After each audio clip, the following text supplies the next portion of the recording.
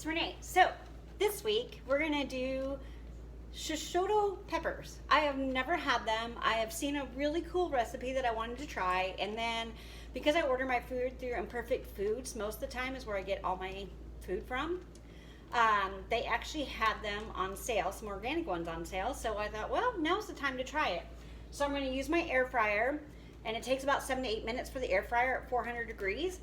The recipe says to spray these with oil, which you all know that doing whole foods, you really try to avoid oil because of how processed it is.